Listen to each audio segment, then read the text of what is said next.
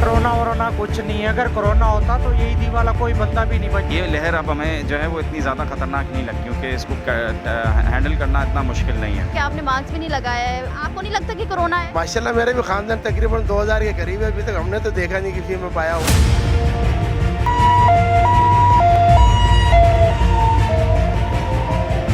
2 हफ्तों से 12 से 13 मैयतें रोजाना कोरोना की हम लोग मुख्तलिफ हॉस्पिटलों से ईदी सरखाने मुंतकिल कर रहे हैं। आवाम को यही कहूँगा कि एहतियात करें, हाथ ना मिलाएं, मास्क लगाएं। ये 2 चीज़ें बहुत ज़रूरी है और हाथ धोते रहें। अस्सलामुअलैकुम। प्रोग्राम सीधी बात फातिमा अख्तर के साथ मैं हूँ फातिमा अख्तर। पाकिस्तानी आवाम की बेएहतियाती के असरात अब सामने आने लगे हैं।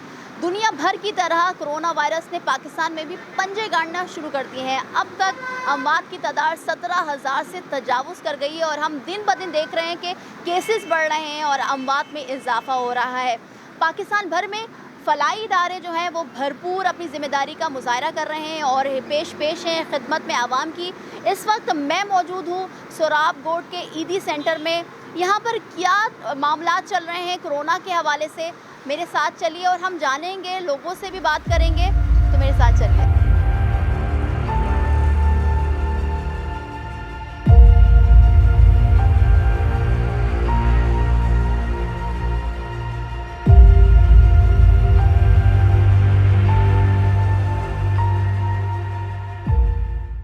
जी मेरा फ़ारूक नाम है और ईदी फाउंडेशन से मेरी वाबस्तगी है और अरसा 20 साल से मैं ईदी फाउंडेशन में खिदमत सर अंजाम दे रहा हूँ। ये पिछले 14 महीनों से कोरोना की एक टीम ईदी फाउंडेशन के प्लेटफॉर्म से काम कर रही है और बीच में बिल्कुल ही ये जो केसेस थे बिल्कुल कम हो गए थे और अभी पिछले 2 हफ्तों से इसमें ज़्यादा जो है ना केसेस सामने आना शुरू हुए हैं और अभी तक आप ये अंदाज़ा कर लें कि 12 से 13 मैयतें रोज़ाना कोरोना की हम लोग मुख्तलिफ हॉस्पिटलों से ईदी सरखाने मुंतकिल कर रहे हैं। पूरे पाकिस्तान में ईदी फाउंडेशन के जो है ना रज़ाकार हैं जो 400 के लगभग हैं। पूरे पाकिस्तान में टीमें काम कर रही हैं। कराची के अंदर जो है ना इस वक्त 30 गाड़ियां हैं और जो है ना 55 स्टाफ है जो कोरोना की जो है ना टीम में काम कर रही हैं, जिसमें सरखाना के जो है ना 8 अफराद शामिल हैं जो गुस्ल, कफन और मैयत को तैयार करके वर्सा के हवाले करते हैं। कोई भी हॉस्पिटल से अगर कोरोना की मैयत की कॉल आती है तो वो 115 कंट्रोल रूम में जाती है। 115 से जो है ना वो कॉल सेंटर वाइज हमारे पास घूम के आती है। यहाँ से गाड़ी जाती है और वो हॉस्पिटल से मैयत को रिलीज़ करवाती है। मैयत को रिलीज़ कराने के बाद ईदी सरखाने लाती है। सरखाने में पहले उसका डेथ सर्टिफिकेट चेक किया जाता है, उसके बाद उसकी एंट्री होती है और उसके बाद उसको गुस्ल करके मैयत को तैयार करके वर्सा के हवाले कर दिया जाता है।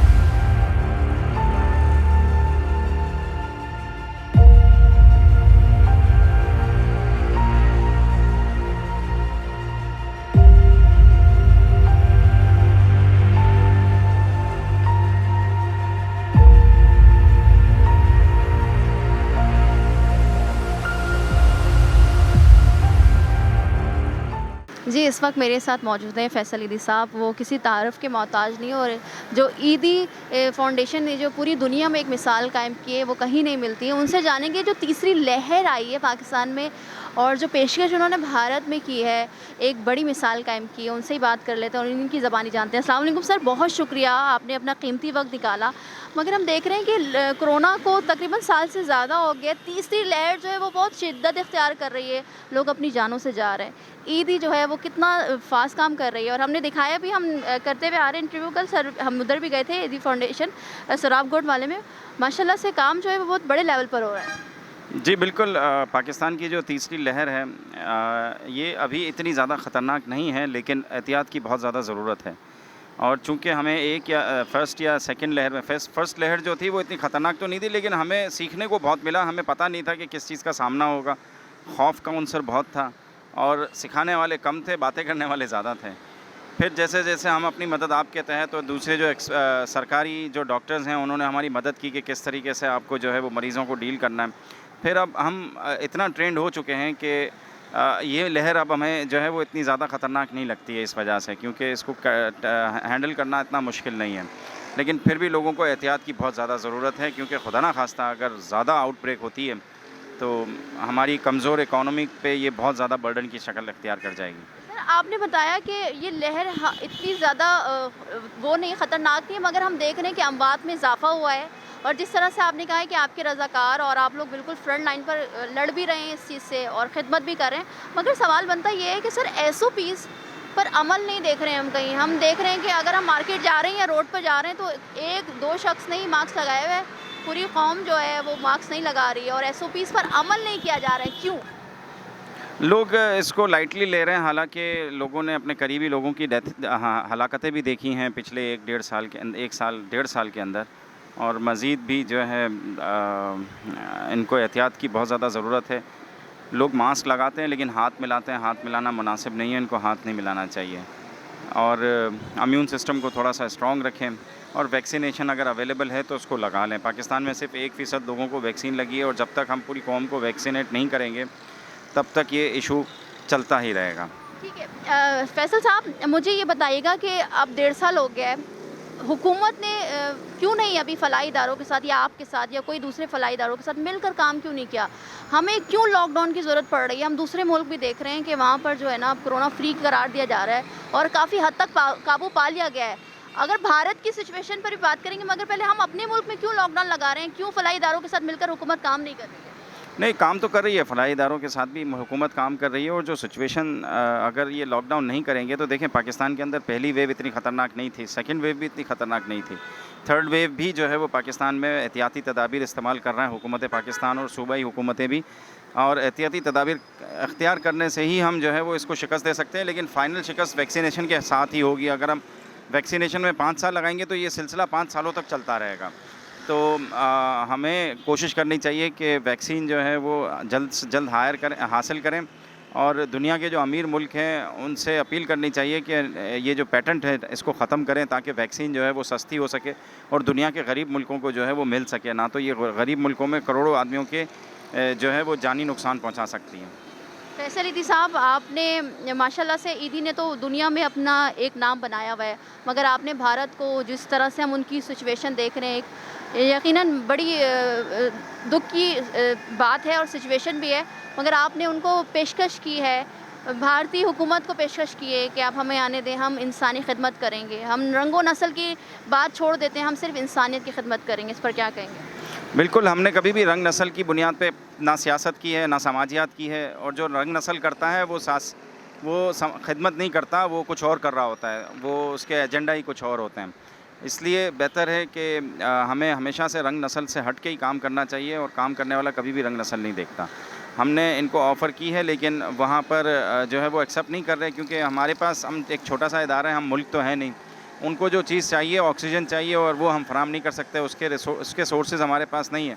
वो हुकूमत पाकिस्तान अगर कोशिश करे तो कर सकती है, और हुकूमत पाकिस्तान ने इमदाद भी भेजी है इंडिया को, और यह एक अच्छा कदम है। और दोनों मुल्क एक दूसरे की मदद करते रहे हैं मुख्तलिफ़ डिज़ास्टर्स के अंदर, और एक दूसरे की काम आके एक दूसरे की मदद करके ही हम आपस की जो है वो डिफरेंसेस को कम कर सकते हैं। ठीक है फैसल ईदी साहब, आप रमज़ान का भी महीना है, आप क्या मैसेज देना चाहेंगे पूरी आवाम को? हुकूमत को क्या कहना चाहेंगे कि कोरोना की जो लहर है वो तेज़ी से बढ़ रही है, स्पेशली हमारी आवाम को क्या मैसेज देना चाहेंगे? आवाम को यही कहूँगा कि एहतियात करें, हाथ ना मिलाएं, मास्क लगाएं, ये 2 चीज़ें बहुत ज़रूरी है, और हाथ धोते रहें। ये बहुत 3-4 चीज़ें जो हैं वो ज़रूरी हैं, जो कि हुकूमत और NCOC ने हमेशा से जो है वो कहा है, और इस पे अमल करें, वरना अपने घर वाले जो है वो ख़तरे में पड़ सकते हैं। हमारा इदारा चलता ही खैरात सदक़ात पे है, और लोग जितना ज़्यादा हमें देंगे, हम उतना ज़्यादा काम कर सकेंगे। तो इनसे अपील है कि देते वक्त हमें ज़रूर याद रखें, और हमारे फलाही कामों और सरगर्मियों पे जो है वो अपना हिस्सा डालें। बहुत शुक्रिया आपका, थैंक यू सर।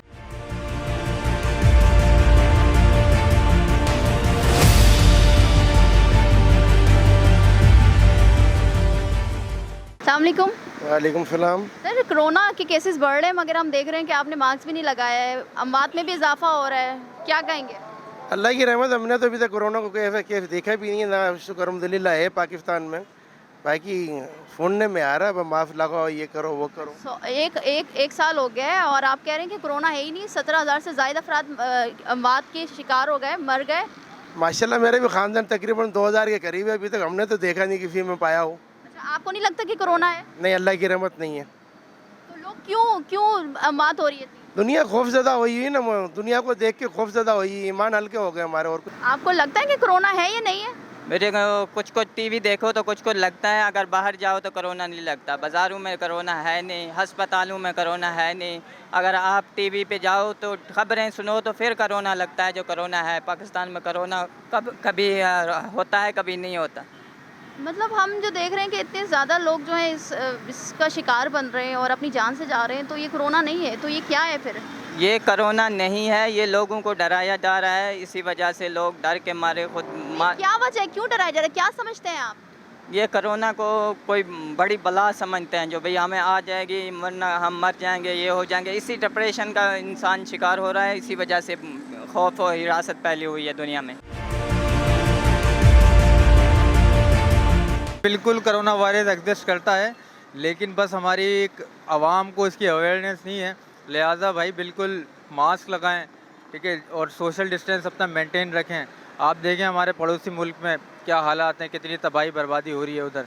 तो लिहाजा हम अपनी एहतियात खुद करें भाई, ठीक है। और बिल्कुल कोरोना वायरस है, एग्जिस्ट करता है। कोरोना वायरस है, अब जिसको लग रहा है उसको यकीन हो रहा है, जिसको नहीं लग रहा है उसको नहीं हो रहा है, लेकिन ये वायरस है। कोरोना वरोना कुछ नहीं है। अगर कोरोना होता तो ये ईदी वाला कोई बंदा भी नहीं बचता, ना हम बचते। हम तो एम्बुलेंस चला रहे हैं, हर रोज़ कोरोना वाली बाड़ियाँ लेके जाते हैं। अगर कुछ होता तो हम नहीं होते यहाँ।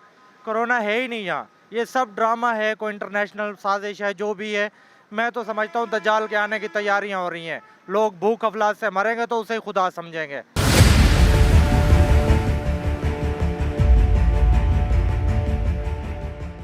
जी, इस वक्त मैं आ चुकी हूँ, ये टावर का इलाका है और यहाँ पर जो ईदी का ऑफ़िस है वहाँ पर मैं मौजूद हूँ। फैसल ईदी साहब से भी बात करेंगे और यहाँ पर कोविड पेशेंट के हवाले से या कोविड की सूरत हाल से क्या काम हो रहा है वो भी आपको दिखाएंगे। जिस तरह से आप देख रहे हैं कि हम दिखा रहे हैं कि ईदी सेंटर में मौजूद हैं और ये जो है, ये जो रूम है, ये जो बड़ा सा हॉल है, ये है एक कंट्रोल रूम जहाँ पर पूरे कराची से कॉल मौसूल होती है और जो फलाई इदारे जो अपनी खदमात सर अंजाम दे रहे हैं और जो ईदी जो सबसे बड़ा नाम है पाकिस्तान में और ख़िदमत में पेश है। यहाँ पर सलमान है हमारे साथ मौजूद, सलमान से बात करेंगे। अस्सलाम वालेकुम। जी बस सलमान, मुझे बताइएगा कि हम ये देख रहे हैं कि काफ़ी लोग यहाँ पर काम कर रहे हैं, तो ये सारी कॉल्स कराची की यही मौसूल होती हैं? जी, पूरे कराची की जितनी भी कॉल्स हैं, चाहे वो पेशेंट शिफ्टिंग के हवाले से हो, कोई भी इमरजेंसी के हवाले से हो, वो यहीं से रिस्पांस होती है। जिसके बाद हम देखते हैं कॉल की नौइयत कैसी है, उसी हिसाब से जिस एरिया की होती है तो हम डिस्ट्रीब्यूट करते हैं। ठीक है। अच्छा, कोविड के हवाले से यहाँ पर क्या कॉल्स मौसूल होती हैं? एक दिन में कितनी कॉल्स मौसूल हो रही हैं और किस तरह की जो कोविड पेशेंट हैं उनके फैमिली की जानिब से क्या आप लोगों को कॉल मौसूल होती है और उस पर क्या एक्शन लिया जाता है या क्या उनके लिए जो है वो खिदमत की जा रही है? देखिए, कोविड की जो कॉल मौसूल होती है हमें, उसके लिए हमारी फ्लीट ही अलग है। तकरीबन 50 के करीब हमारा स्टाफ है, 30 एम्बुलेंसेज हैं, 50 के करीब हमारा स्टाफ है जो ट्रेन स्टाफ है। उनकी फ्लीट अलग है। जब ऐसी कोई कॉल मौसूल होती है तो उनको बिल्कुल एक प्रॉपर SOPs, यानी जो उनकी किट होती है, ग्लव्स होते हैं, शूज़ होते हैं, उनके साथ ही उनको रवाना किया जाता है।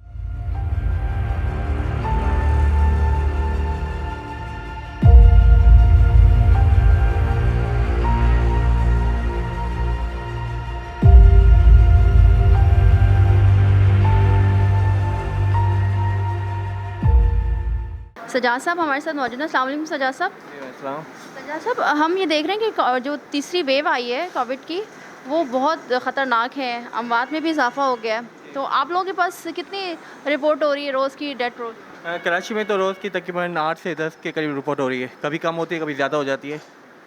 लेकिन बाहर का भी लाहौर वगैरह तो अलग है, लेकिन हम सिर्फ कराची का कर रहे हैं अभी। कराची के कौन कौन से इलाके जहाँ से ज़्यादा जो है वो ख़बर आ रही है, मौसूल हो रही है कि उनको सर्विस चाहिए एम्बुलेंसेस मैयत के लिए और डेड बॉडीज़ के लिए? हमारे पास जो अभी इतलाएँ आ रही है ना, जो डेड बॉडी वगैरह जाती है, तो ज़्यादातर नॉर्थ कराची, नॉर्थ नाजमाबाद, इन एरिया की ज़्यादा है। बाकी जो पसमानदे इलाके लियारी वगैरह यहाँ पर बहुत कम है। तो इसमें ख़वातीन और बच्चे भी शामिल हैं या सिर्फ जो बूढ़े हजरात हैं वही हैं? नहीं, हमारे पास तो अभी जो एवरेज आ रही है वो 50 से ऊपर ही है, बच्चों की कोई भी नहीं है। तो देखा आपने कि किस तरह से जो है वो ईदी जो है वो इंसानी खिदमत में पेश है और हम मुक़द्दमा न्यूज़ के तवस्सुस से इस प्लेटफॉर्म के ज़रिए अब तमाम लोगों से रिक्वेस्ट करेंगे, दरख्वास्त करेंगे कि कोरोना की सूरत हाल जो तीसरी लहर है वो बहुत ख़तरनाक है। SOPs का ख्याल रखें, गैर ज़रूरी घरों से बाहर ना निकलें, घरों में रहें, अपने प्यारों के साथ रहें और अल्लाह ताला से यही दुआ है कि इस बाबरकत महीने के सदक़े, इस रमज़ान के सदक़े जो है ये जो कोरोना की वबा पूरी दुनिया में फैली हुई है वो ख़त्म करे और जो पेशेंट है अल्लाह ताला उनको सेहतयाबी दे और जिनके प्यारे इस बीमारी से जा चुके हैं उनको सब्र दे। मुझे फ़ातिमा अख्तर को इजाज़त दीजिए। अगर आपको हमारा शो पसंद आया है तो इसको लाइक करें, कमेंट करें और हमारे चैनल को सब्सक्राइब करना ना भूलिएगा। अल्लाह हाफ़िज़।